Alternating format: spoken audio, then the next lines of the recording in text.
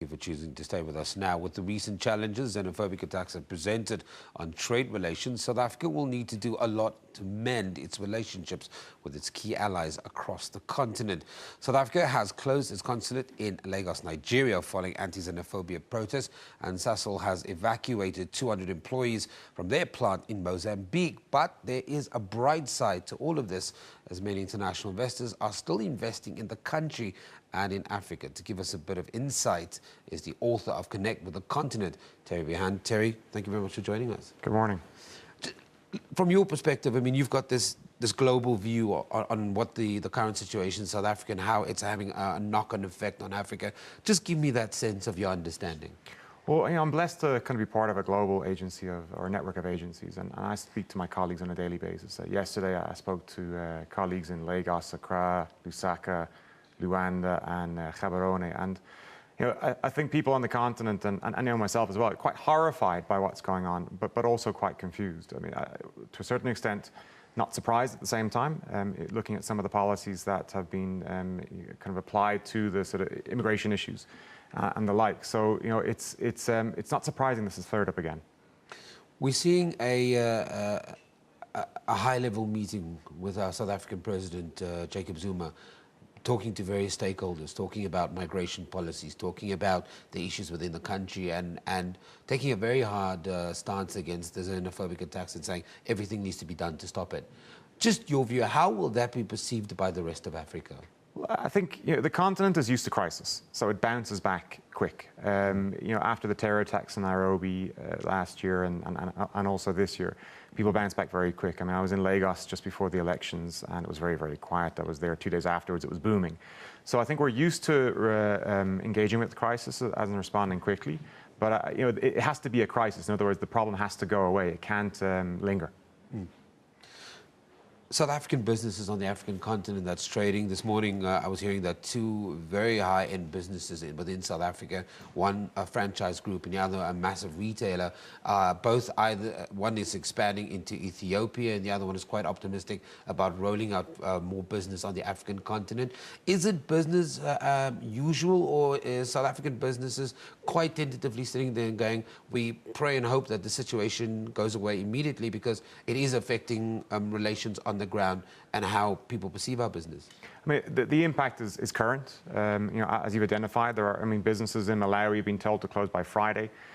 You have South African artists that have cancelled tours across the continent. You have radio stations in Lusaka have stopped playing South African music.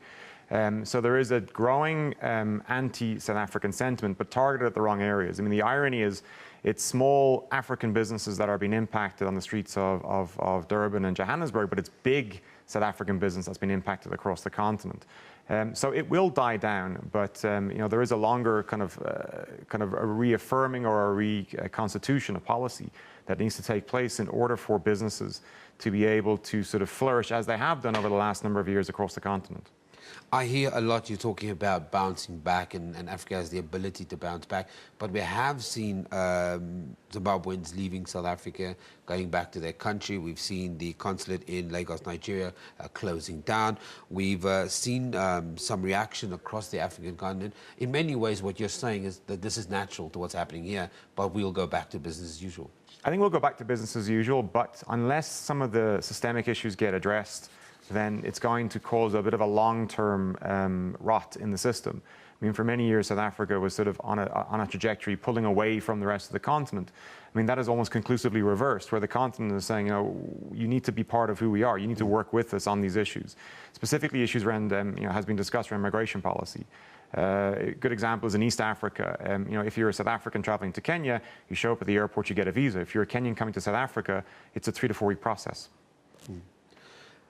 How do we as South Africa, and I don't know if it's a simple answer, but how do we as South Africa, we're part of Africa, how do we connect with maybe some of the Africans that see us now as maybe in many ways not as a brother or sister country, and that have had a bad experience, especially those foreign nationals that have returned back to their countries?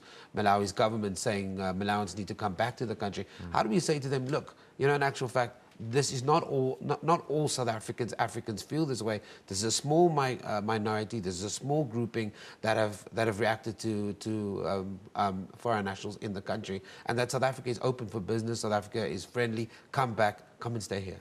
I think, like-minded Africans and like-minded South Africans would concur on that, absolutely. I think people understand that this is a sort of a localized issue, that it has flared up, but it is as a result of some policy decisions that have been made several years ago that don't favour migrant labour coming into the country. I think one of the challenges going forward is to differentiate between skilled labour and unskilled labour. In many countries across the world, there is a fast track for skilled labour. They are welcomed into the country and they sort of take up residence and they get on with making a living for themselves and their family. Unfortunately, South Africa doesn't do that. It doesn't differentiate between those that have skills and those that do not. So that's a step change in policy that's probably going to have to happen. It's ironic in the sense that African culture, especially youth culture, is homogenizing.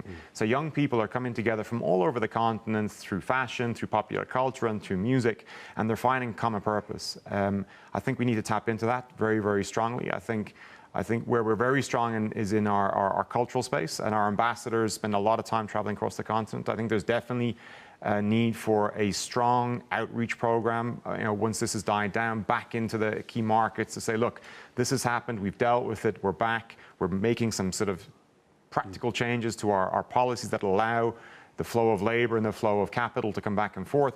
But also, we're one continent, we're one people. We're a series of people, but we have one belief. And I think that needs to be reinforced quite strongly. Jerry Brown, we're going to leave it there, but thank you very much for joining us and talking to us. That's the author of Connect with the Continent, sharing his insights on some of the issues that's facing Africans on the African continent now.